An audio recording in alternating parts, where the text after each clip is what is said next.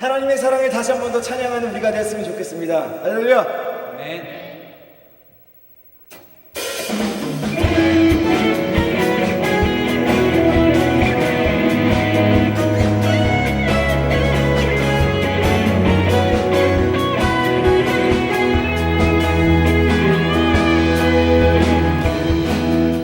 눈부신 햇살 저 하늘 넘어 내게 주어진 주님의 사랑 깊어져가네 나의 마음에 나 얻었네 변함없는 그 사랑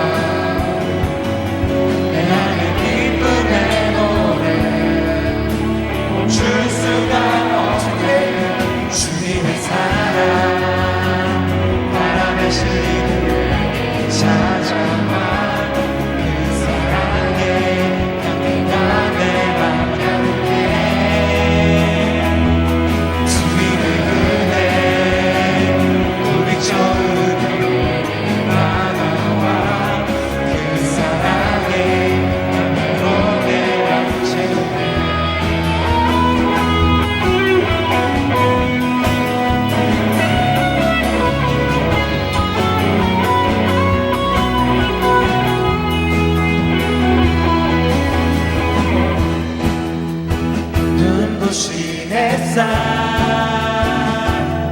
저 하늘 넘어 내게 주어진 주님의 사랑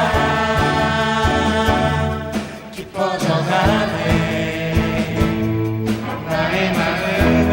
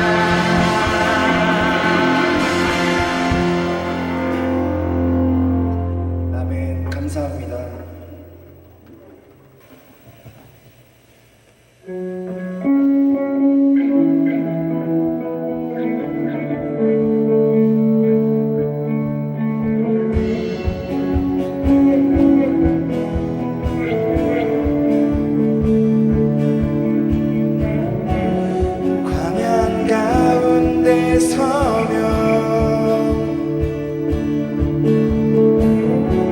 내 길을 잃어버리고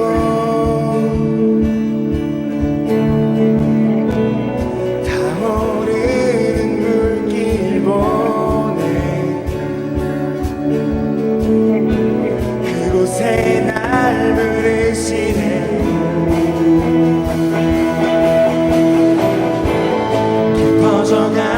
깊어져가네 주님을 향한 내 사랑 느낌만이 아닌 살아계신 주님께 빠져만 가네 주님의 사랑의 말에 느낌만이 아닌 살아계신 주님께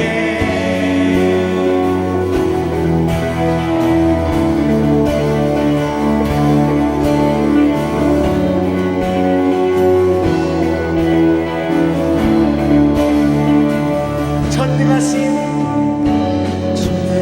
주 날개 아래 내 피하셔서 얻고 내 맘 사로잡는 주님 말씀으로 세우시네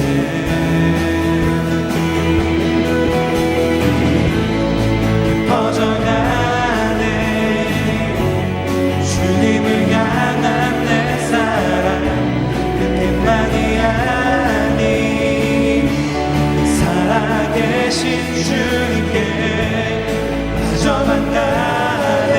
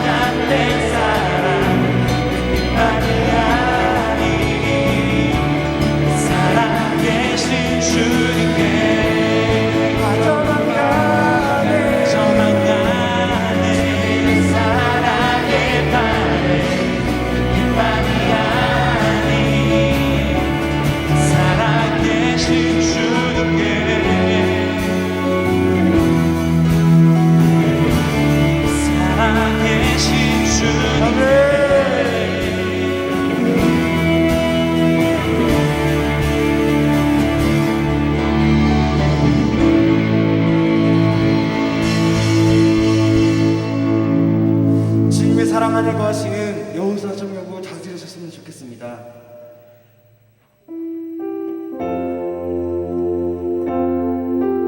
이번에 할 찬양은 새로운 찬양입니다. 큰 길을 만드시는 주 웨이메이커라는 찬양인데요, 하나님 아버지께서 보이지 않고 비록 우리 눈으로 우리의 귀로 들리지 않아도 하나님께서 우리의 삶에 역사하셔진다는 마음을 담은 찬양입니다. 함께 즐겁게 찬양했으면 좋겠습니다.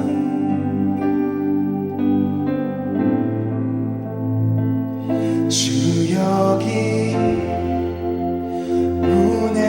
운행하시네. 나 경배해. 주 경배해. 주 여기 역사하시네. 나 경배해. 주 경배해. 주 경배해.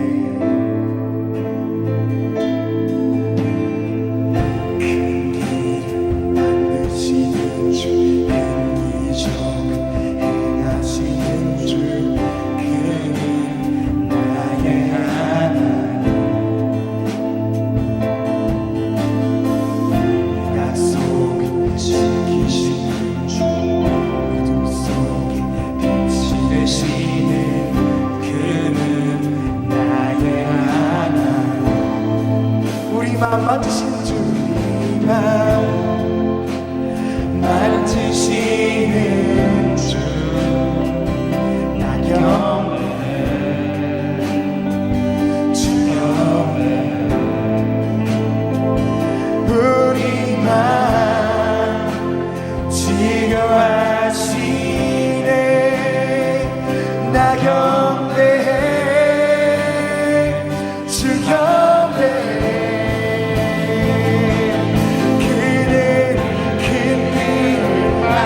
하시는 주, 큰 기적을 해하시는 주, 그는 나의 하나님. 아멘. 약속을 지키시는 주, 어둠 속에 빛이 되시는 그는 나의 하나님. 큰 길 만드시는 주,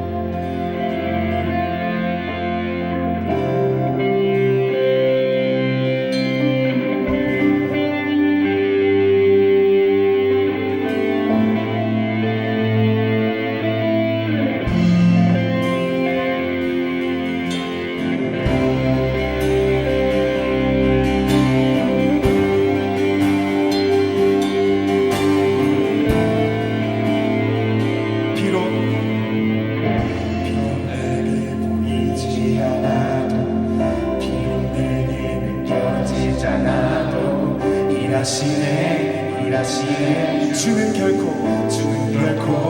멈추지 않네. 비록 내게 보이지 않아도, 비록 내게 느껴지지 않아도, 일하시네 주는 결코 멈추지 않네. 비록 내게 보이지 않아도, 비록 내게 느껴지지 않아도, 일하시네 주님. 주는 결코 멈추지 않네. 비록 내게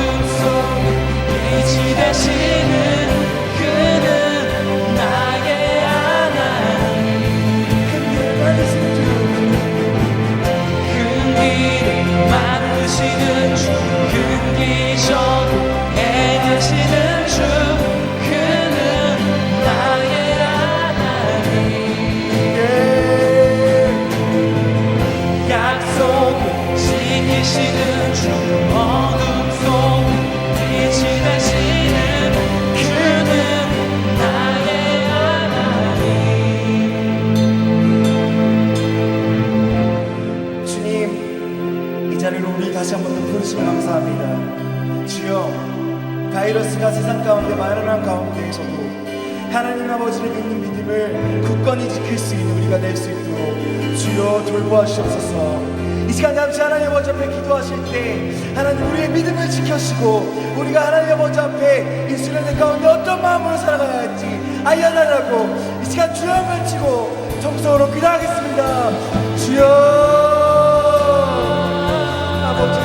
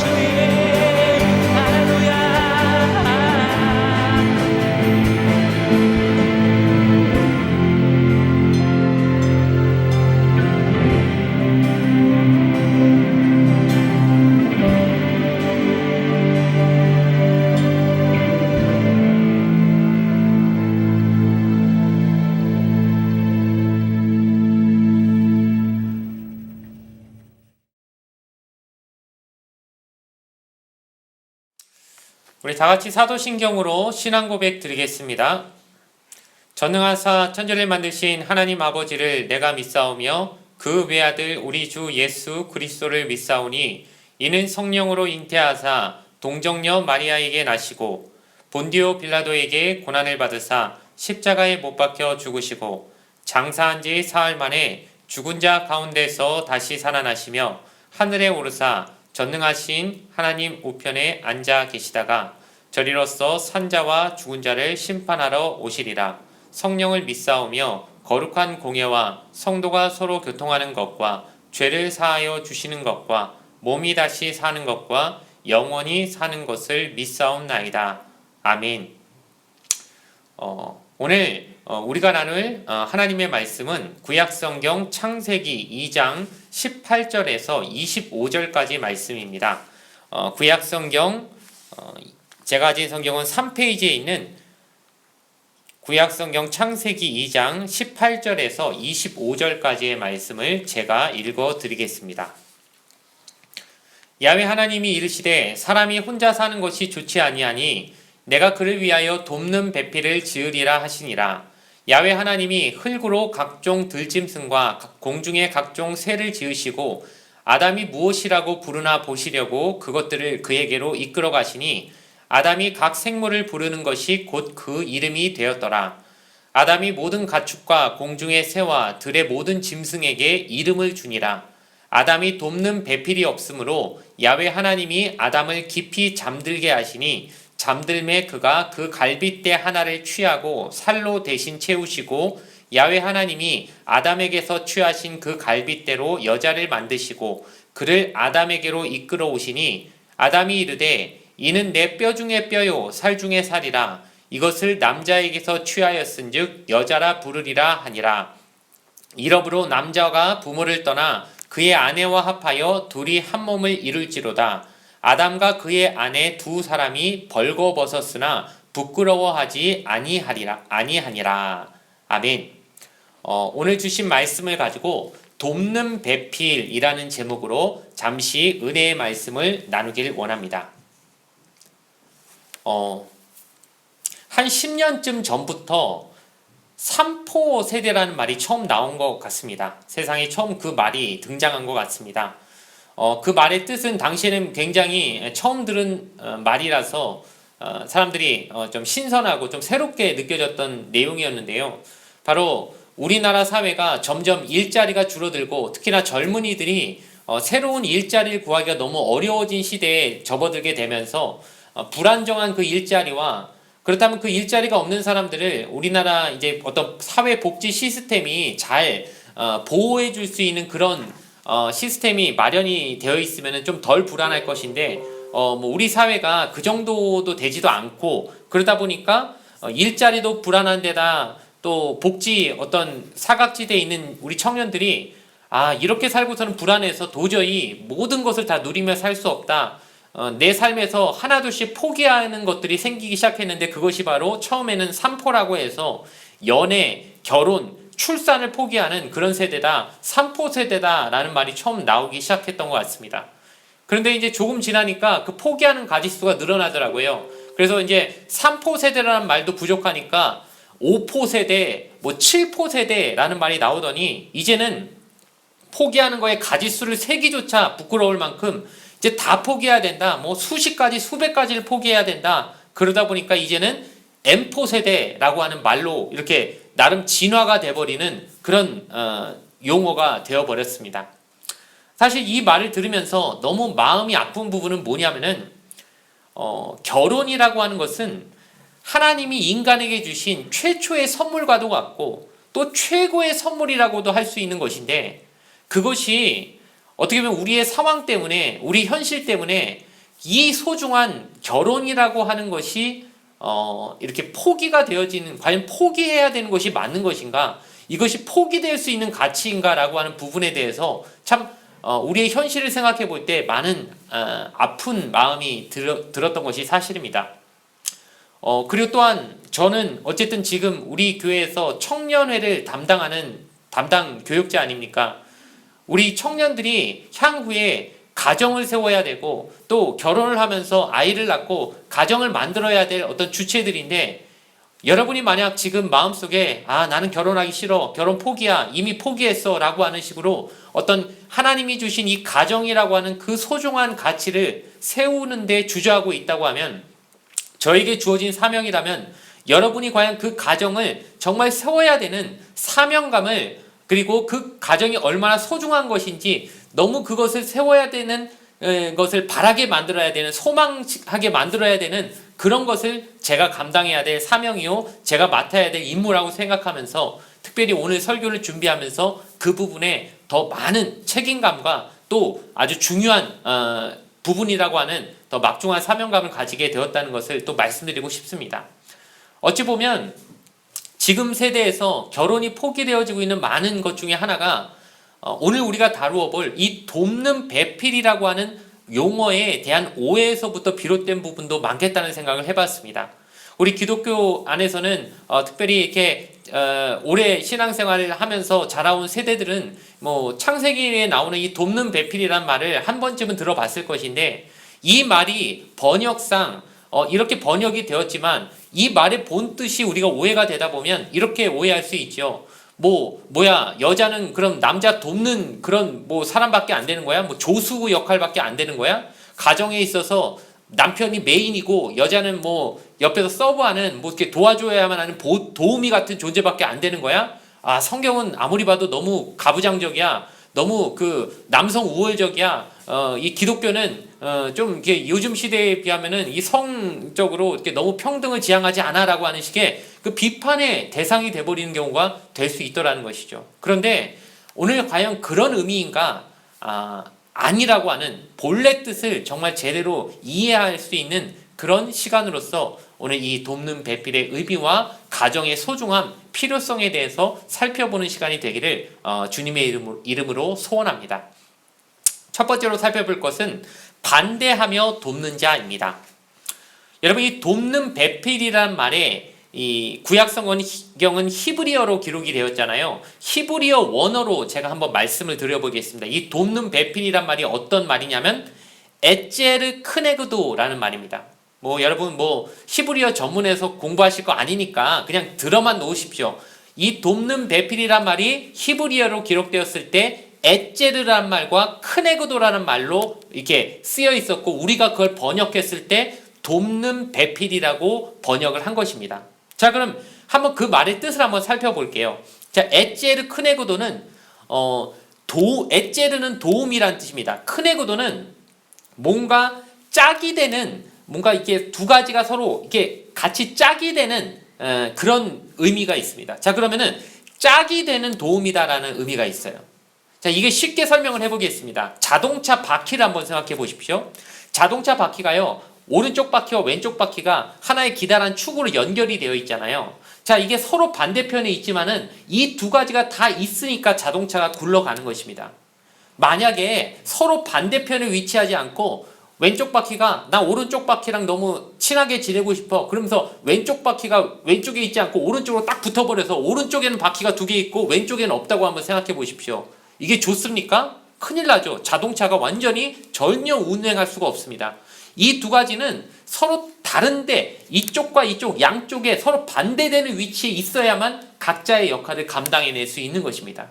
또한 한쪽 바퀴가 다른 바퀴보다 우월하면 될까요? 그게 문제죠. 이쪽 바퀴는 크고 이쪽 바퀴는 작으면요, 자동차가 제대로 직선으로 갈 수가 없지 않습니까? 그러니까 서로 이 두 바퀴는 똑같아야 돼요. 크기도 똑같고 굵기도 똑같고 아주 똑같은 짝이 돼야만 이것이 원활하게 잘 운영이 되는 것이지, 어느 한쪽이 우월해도 되는 게 아니라는 거예요. 즉 짝이 된다는 것은 서로가 똑같은 크기와 힘을 가지고 똑같은 중요성을 가지고 있는데, 다만 같은 위치에 있으면 안 되고 양쪽, 이쪽 있으면 하나 이쪽에 있어야 되는, 서로 짝이 되는 상태로 있어야만 이 안정감과 균형을 이루게 된다라고 하는 그런 의미로 여러분 생각하면 좀 쉬우실 겁니다.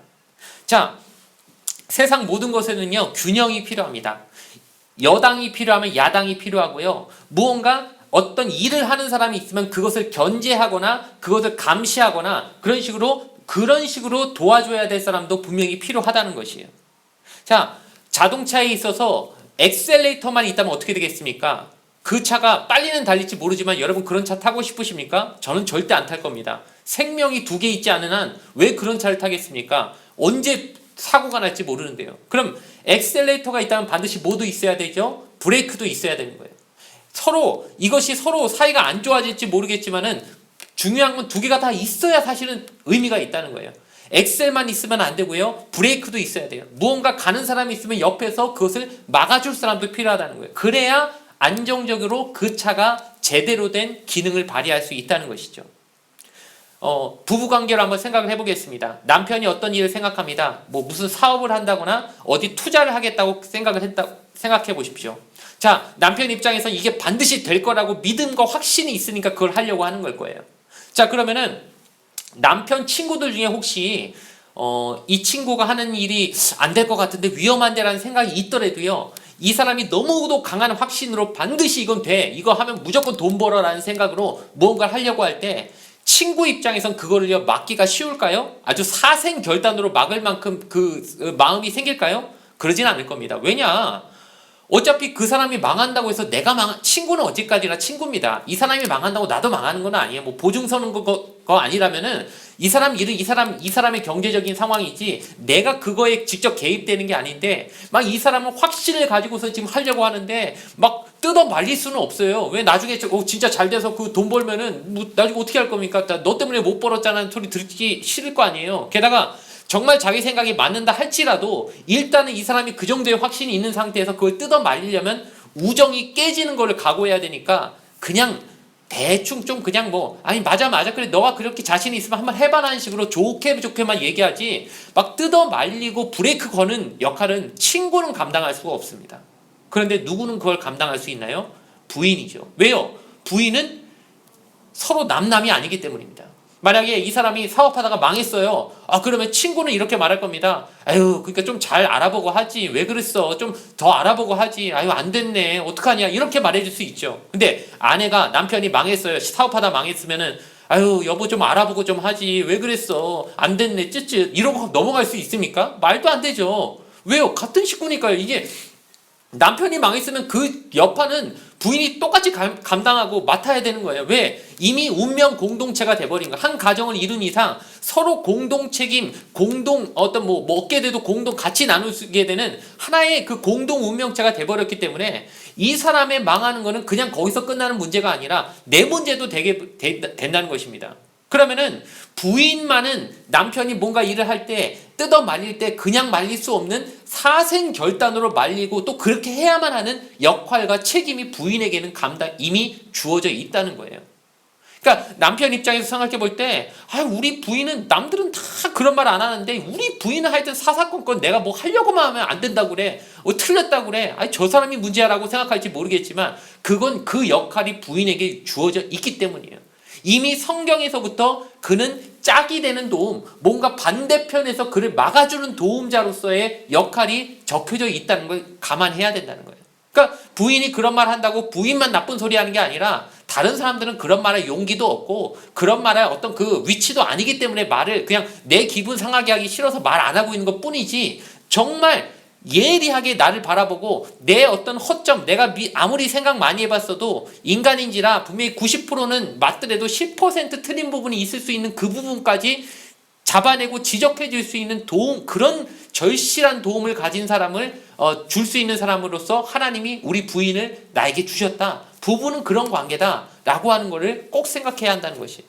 그렇기 때문에 뭐 그런 말이 있죠. 남자는 하여튼 세 여자의 말을 잘 들어야 인생 망하지 않는다. 첫 번째는 엄마고, 두 번째는 부인이고, 세 번째는 그 내비게이션에서 그 방향 지시해주는 그 여자 목소리. 어쨌든 그 세 여자 목소리는 꼭 잘 들어야 된다는 말이 있는데, 우스갯소리라고 하지만은 아주 뼈같이 담아야 될 말이 있다고, 의미가 있다고 생각해요. 하나님이 그 역할을요 남편의 짝인 아내에게 주셨다는 거예요. 그러니까 이 아내는 그냥 옆에서 돕는 보조, 도우미 정도의 역할이 아니에요. 아주 강하게 이 사람을 막아설 수 있는, 가로막을 수 있는, 잘못된 길인 것 같이 본인이 생각될 때는 막아줄 수 있는, 그러니까 이 사람이 미처 생각하지 못한 부분까지 같이 생각하면서 같이 협력자로서 그 사람의 가는 길에 제대로 제동도 걸어줄 수 있을 만한 능력과 어떤 책임감이 부인에게 하나님이 주신 역할이기 때문에 우린 이것이 잘 작동될 때 균형 있게 안전하게 이 가정이 나아갈 수 있다는 것을 생각해야 한다는 것입니다. 그렇기 때문에 오늘 본문 24절에 보면요, 이러므로 남자가 부모를 떠나 그의 아내와 합하여 둘이 한 몸을 이룰지로다. 우리 결혼식 주례사에 자주 나오는 말씀이지 않습니까? 자, 이 말씀처럼요, 이제 결혼을 했다는 건 부부는 각자 부모님을 떠난 거예요. 이제 독립한 거예요. 이제 더 이상 그 부모님과 내가 한 공동체가 아니라 부모님을 떠난 남편과 아내가 한 공동체가 됐어요. 이제 서로 이 두 사람이 같이 한 세트가 된 거지, 예전에 부모님들과 물론 그걸 부모님 버리라는 의미는 아닙니다. 오해하지 마십시오. 그러나 더 중요한 이 멤버십은 누구와 누구 사이 멤버십이냐, 남편과 아내가 더 끈끈한, 더 확실한 공동체로서 운명을 같이 짊어지고 나아가야 될 그 세트가 되었다는 생각을 하고 살아야 된다는 거예요. 그러니까 예전처럼 자꾸 부모님 기웃기웃하고 부모님 기대려고 하고, 또 부모님도 이미 결혼한 자녀 자꾸 자기 그 안에서 그 품에서 안 빠져나가게끔 자꾸 이렇게 그 영향력을 미치려고 하는 그런 것들을 차츰차츰 끊어내야 된다는 거예요. 왜? 이제 결혼했다는 것은 이 두 사람이 이제 함께 나아가야 할 길이고, 잘 돼도 같이 잘 되고 망해도 같이 망하는 이제 사이가 되었으니까 둘 사이에서 잘 생각을 조율하면서 잘 자신들의 삶을 살아나갈 수 있게끔 부모님도 노력해야 되고 본인들도 노력을 해야 된다는 거예요. 언제까지 캥거루족처럼 자꾸 부모님 그 배 안에 품 안에서만 기생하면서 살려는 마음도 버려야 되고요. 이제 서로 결혼해서 한 가정 이루었으면 어느 정도 독립심과 자립심을 가지고 이제는 우리가 같이 헤쳐나가야 돼, 이런 마음을 가지고 살아야 하는 게 마땅하다는 것입니다.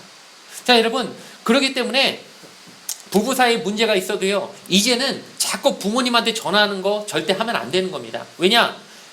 뭐 우리 국제관계에서도 보면 알겠지만 무슨 문제가 생기면요, 서로 당사자 간에 양자회담하면 쉽게 풀려요, 문제가. 근데 이게 자꾸 제3자들이 들어와서 뭐 육자회담 되면은 답이 도출이 잘 안 돼요. 왜? 사람이 많아지면 많아질수록 말만 많아지지 문제가 해결이 잘 안 돼요.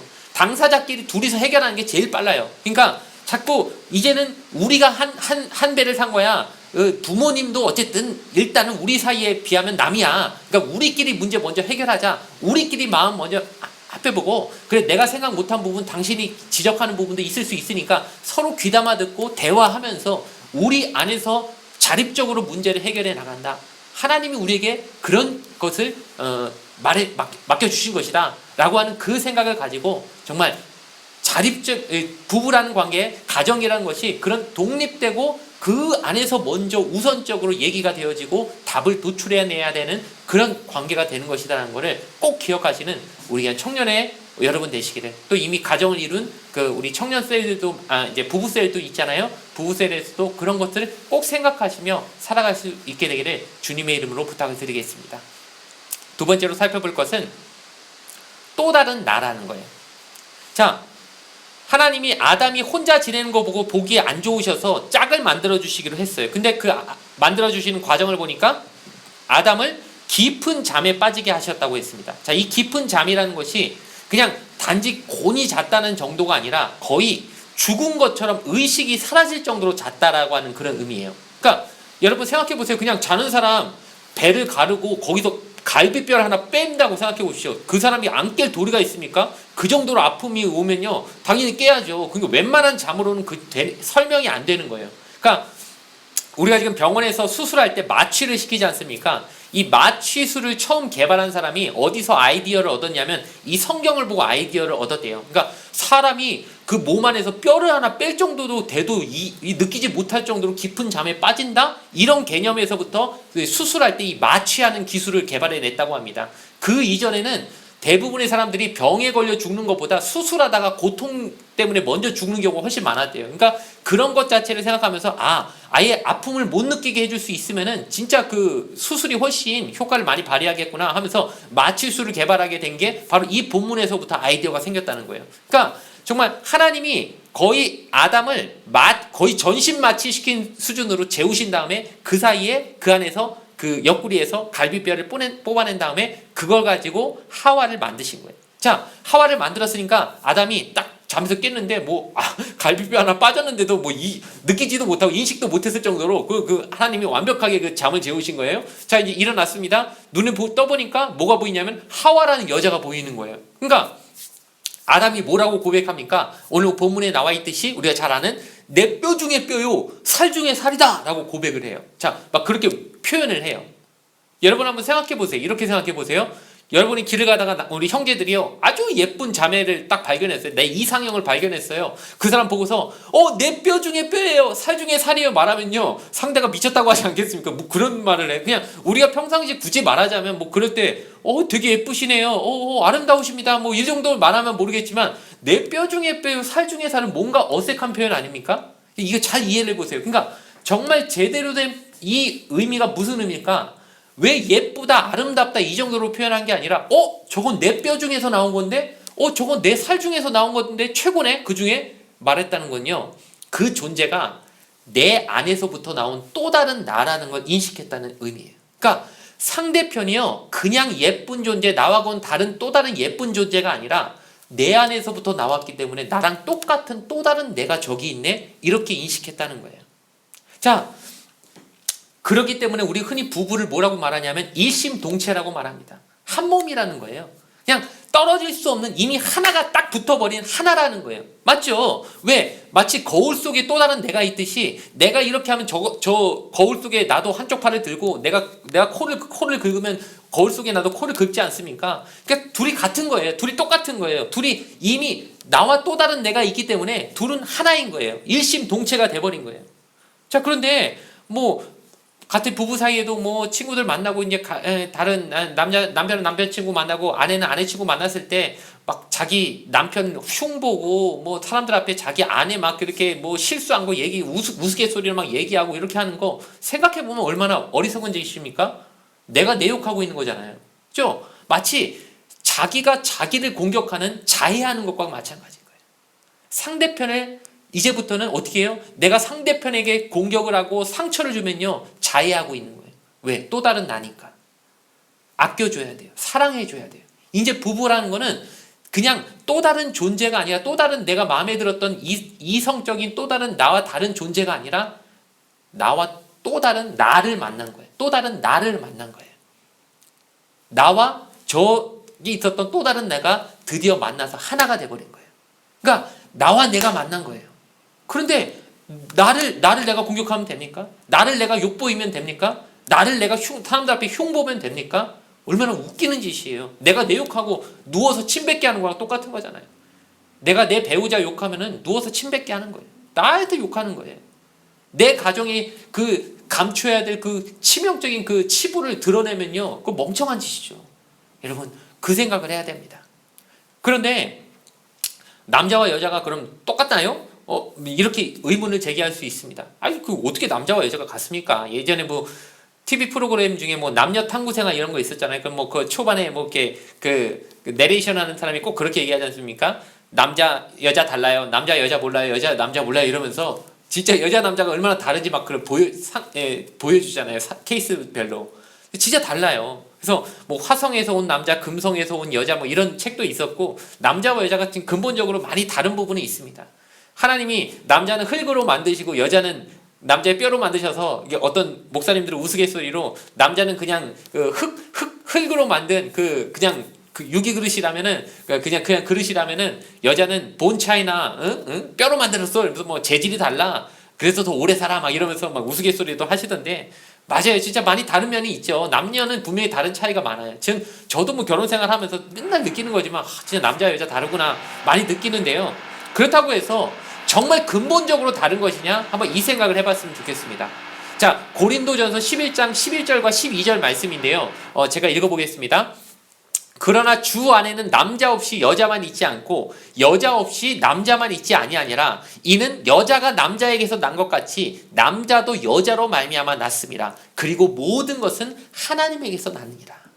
자, 이 고린도전서는 사도 바울이 쓴 서신이거든요. 바울이 그 교인들에게 이 말을 하는 겁니다. 자, 그 당시에도 남자가 여자보다 더 우월하다고 생각하는 시대였기 때문에 교회 안에서도 남성권이 더 강조가 되는 시대였습니다. 자, 그러다 보니까 어떤 말들이 나왔을까요? 교회 내에 남자들이 여자들 무시하면서, 야, 하와가 아담에게서부터 나왔잖아. 그러니까 여자가 더 열등해. 우리 말 잘 들어. 이런 식으로 막 이렇게 성경을 인용하면서 이렇게 자기들의 권위를 나타내려고 하니까 바울이 거기에 제동을 거는 겁니다. 남자들 잘 들어라. 여자가 남자에게서 나왔다고? 그래, 성경에 그렇게 쓰여 있지. 그럼 따져보자.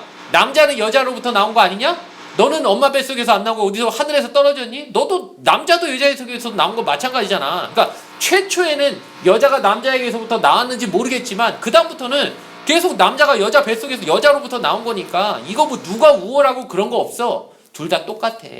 권위상, 어떤 지위상, 능력상 차이가 나는 게 아니고 단지 다른 것뿐이지 서로 우월이 있는 건 아니야. 똑같은 지위에 있는 거야 라고 그 얘기를 하는 거예요. 그러면서 둘 다 하나님으로부터 나온 존재다. 하나님으로부터 나온 존재 이 자체를 꼭 생각해야 된다라고 말해주고 있는 것입니다.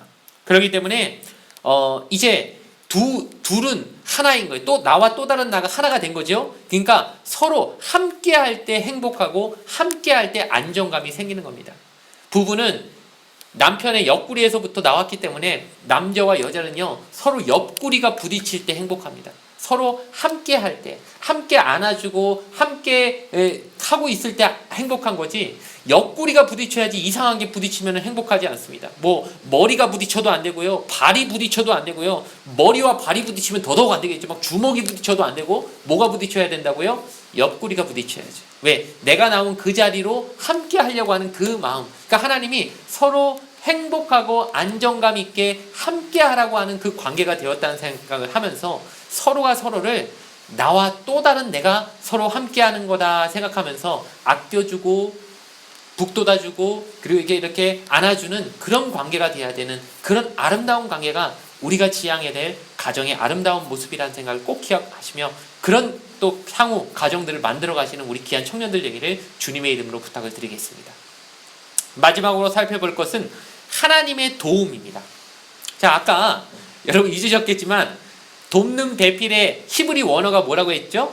에제르 크네구도예요. 에제르 크네구도. 근데 에제르가 도움이란 뜻이라고 했습니다. 자, 에제르는 도움인데 이 도움이요, 근데 아무 때나 쓰는 도움이 아니에요. 자, 어떤 단어에만 딱 붙여서 쓰여질 수 있는 그런 뭐 용례라든가, 영어도 배우면은 뭐 어떤 전치사는 반드시 어떤 뭐 동사나 명사에만 붙일 수 있어, 이런 식의 어떤 문법적인 특징이 있잖아요. 히브리어에도 그런 게 있습니다. 그러니까 에제르라는 말이 아무한테나 붙을 수 있는 단어가 아니에요. 뭐 인간, 뭐 저 같은 사람이 도와준다고 해서 에제르라는 표현이 쓰일 수가 없어요.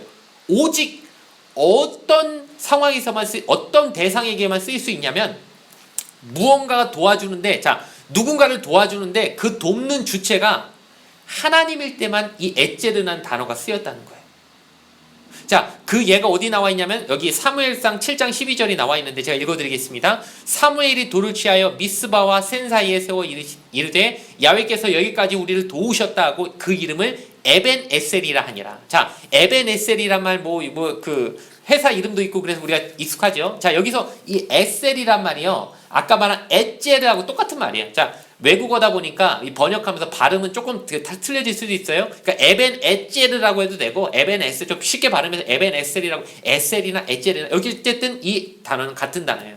그럼 누가 도우셨기 때문에 사무엘이 에벤 에셀이라고 이름을 붙였습니까? 하나님이 야훼께서 우리 도우셨다라는 의미로 쓰였을 때 에벤 에셀이라고 했습니다. 자, 누가 도우실 때 누가 도우시는 도움으로만 이 에셀이 쓰입니까? 이 에제르는 하나님이 도우시는 도움. 그럼 자, 남녀 관계로 다시 돌아와서 하나님이 하와를 만드신 다음에 아담에게 자, 너를 돕는 배필이야. 근데 하나님만 쓸 수 있는 단어를 아내에게도 붙여주셨을 때는 아내라는 존재는요, 남편에게 어떤 존재예요? 하나님 대신하는 존재예요. 뭐 하나님처럼 숭배하라는 의미가 아닙니다. 자, 이 세상의 모든 사람들에게 하나님이 다 함께 하실 수 없어서 어머니를 주셨다라는 그런 격언이 있죠. 그 정도로 어머니가 우리 개인을 챙겨주시는 그 사랑이 하나님의 사랑을 표현하는 것이라는 의미예요. 마찬가지로 이 세상의 모든 남편들에게 하나님이 자, 1대1로 마크해 주신 도와주는 존재로서 누굴 주셨냐면 아내를 주셨다는 거예요. 그러니까 아내 없이도 난 잘 살아, 이거는요, 나 하나님 없이도 살 수 있어라고 말하는 거와 똑같은 거예요. 대단히 교만한 게 되는 거예요. 왜? 너 도와주려고 내가 그 사람 보낸 거야. 무시하지 마. 말 함부로 하지 마. 그 사람 함부로 하대하지 마. 너 나 하대하니? 아내한테 말 함부로 하는 건 하나님 함부로 욕하는 거랑 똑같은 거예요.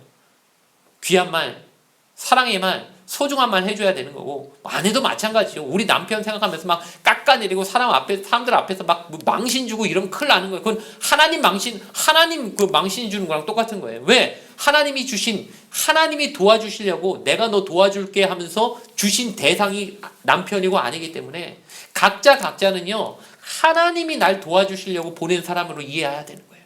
그러니까 이 사람 바라보면서 누굴 생각해야 돼요? 항상 하나님 생각할 수 있는 관계. 부부는 그때 제일 아름답고 이상적이 됩니다. 그냥 서로를 바라보면서 그냥 인간으로 바라보지 말고 하나님이 내게 보내주신 사람, 하나님이 나에게 정말 필요해서 보내주신 사람으로 인식하고 이해하면요, 그 사람 생각할 때 좀 부족한 면이 보여도요, 다 넘어갈 수 있어요. 왜? 저 사람을 하나님이 보내주셨다고 생각하면요, 나한테 제일 맞은 거 보내주셨겠지.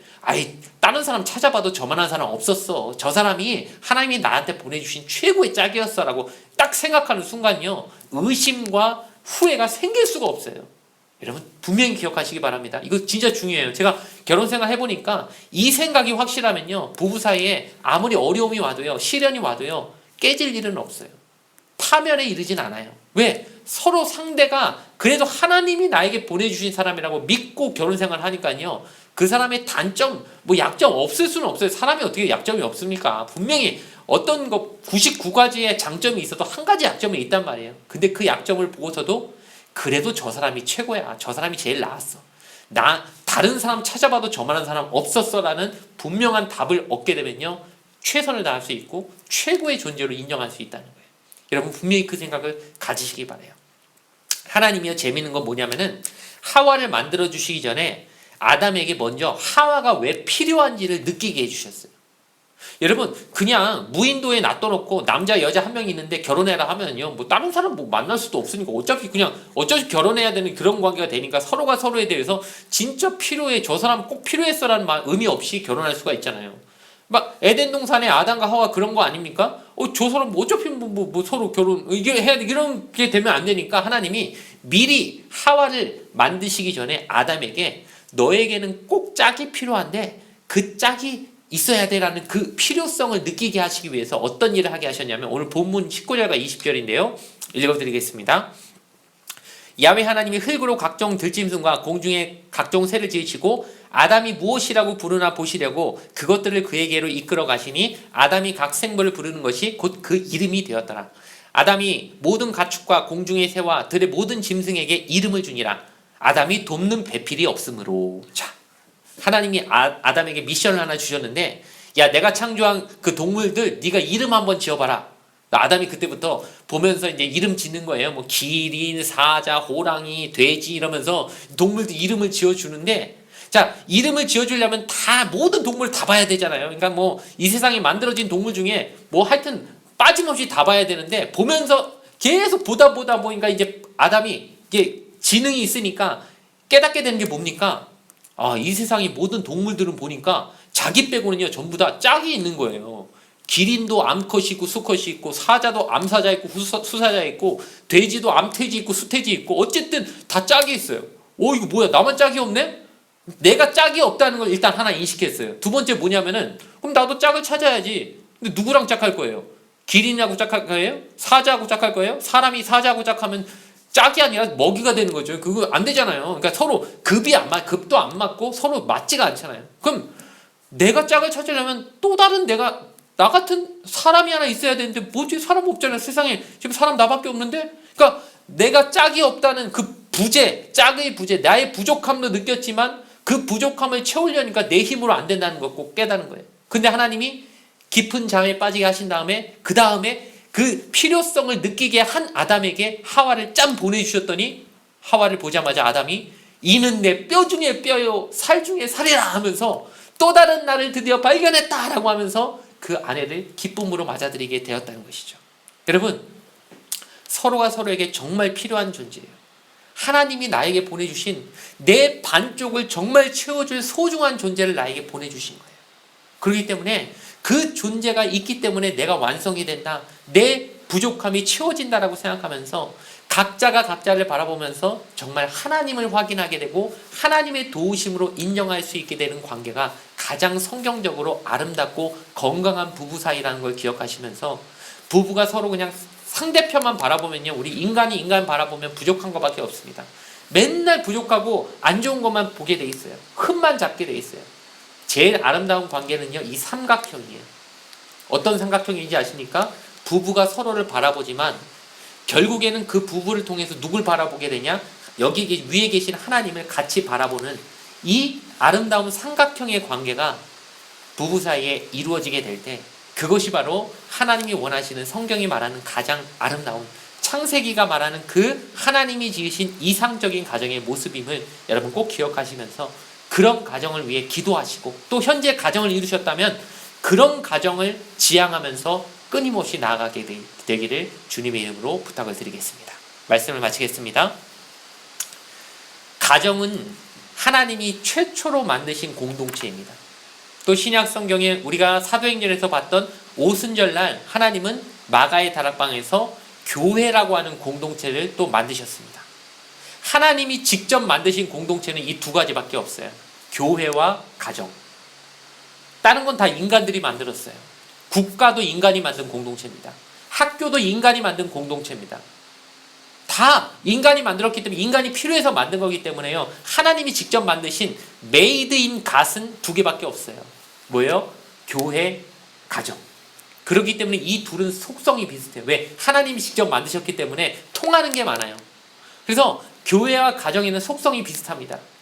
그래서 그런지 하나님이 에베소서 5장 25절에서요 교회를 설명하시면서 무슨 원리로 설명하시냐면 가정의 원리로 설명해 주세요. 왜? 둘이 비슷하기 때문에 이것을 설명하면 서로 이해가 쉽기 때문이에요. 서로 비슷하거든요. 자, 뭐라고 설명했냐면, 남편들아 아내 사랑하기를 그리스도께서 교회를 사랑하시고 그 교회를 위하여 자신을 주신같이 하라. 지금 사순절입니다. 예수님의 십자가를 바라보게 되죠. 예수님 십자가에 달리셨을 때 여러분, 마지막에 어떻게, 최후의 마지막 어떤 장면을 기억해 보십시오. 로마 군병이요 창을 가지고 예수님 옆구리를 찌릅니다. 그럼 옆구리를 통해서 물이 다 빠져나오죠. 피가 다 빠져나왔다고 되어 있죠. 자, 옆구리를 찔렀더니 모든 피 한 방울까지 다 빠져나왔다. 뭐가 연상되십니까? 아담의 옆구리에서 갈비뼈를 뽑았더니 하와가 나왔다.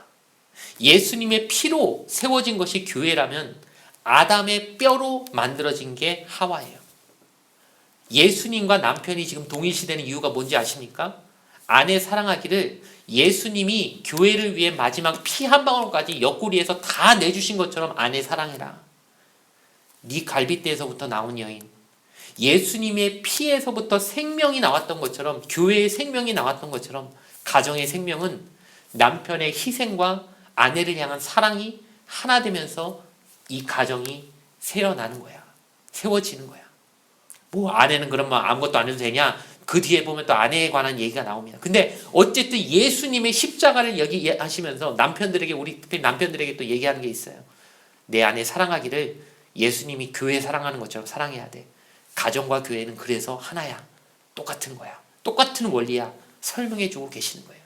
여러분, 어떤 교회가 가장 좋은 교회인지 아십니까? 가정 같은 교회가 좋은 교회예요. 어떤 가정이 가장 아름답고 거룩한 가정인지 아십니까? 교회 같은 가정이 가장 좋은 가정이고 거룩합니다. 이 두 가지를 함께 생각하면서 우리 교회가, 우리 청년회가 참 그랬으면 좋겠습니다.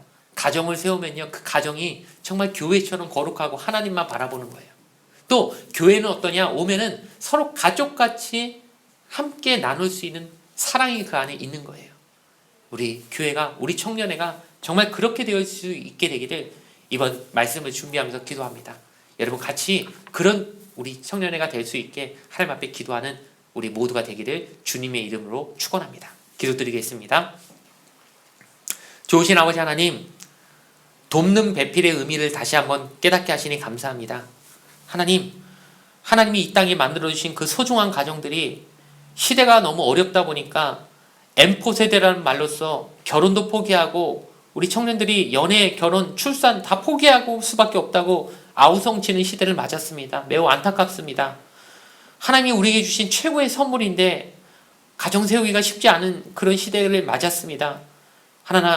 우리 하나님을 믿는 사람들이 이것이 얼마나 귀한 것이고 얼마나 소중한 것이고 나에게 꼭 필요한 것인지를 분명히 놓지 않았으면 좋겠습니다.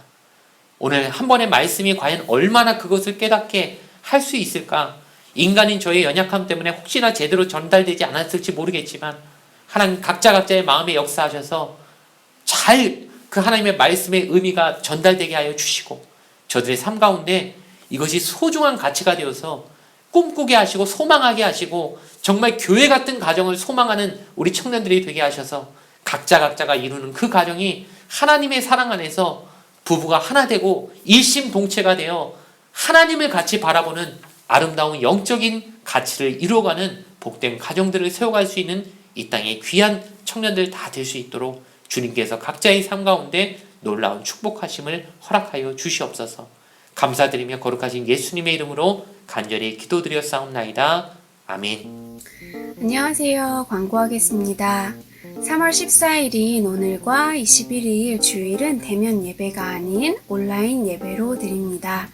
3월 28일 주일은 헌당 예배가 대면으로 있을 예정입니다.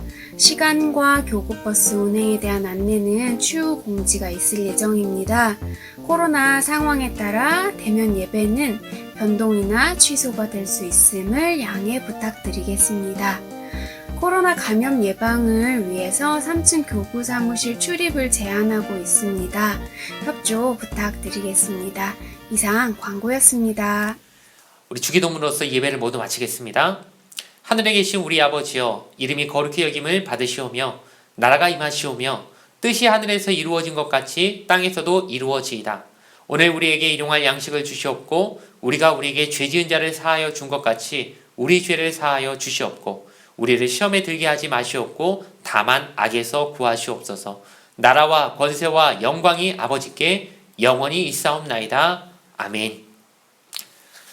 이제는 우리 구주 그리스도의 크신 은혜와 아버지 하나님의 극진하신 사랑과 성령님의 내주인도 교통하심이 하나님이 만들어주신 남자와 여자 그리고 그 안에서 짝을 이루어 만들어내시는 가정이 얼마나 하나님이 주신 소중한 선물인 것을 깨닫고 그 가정에 대한 아름답고 복되고 영적인 가정을 세우겠노라 마음속에 도전을 갖게 된 모든 여호수아 청년의 그 개인의 삶과 모든 가정들 위해 영원토록 함께 하시기를 간절히 축원하옵나이다. 아멘.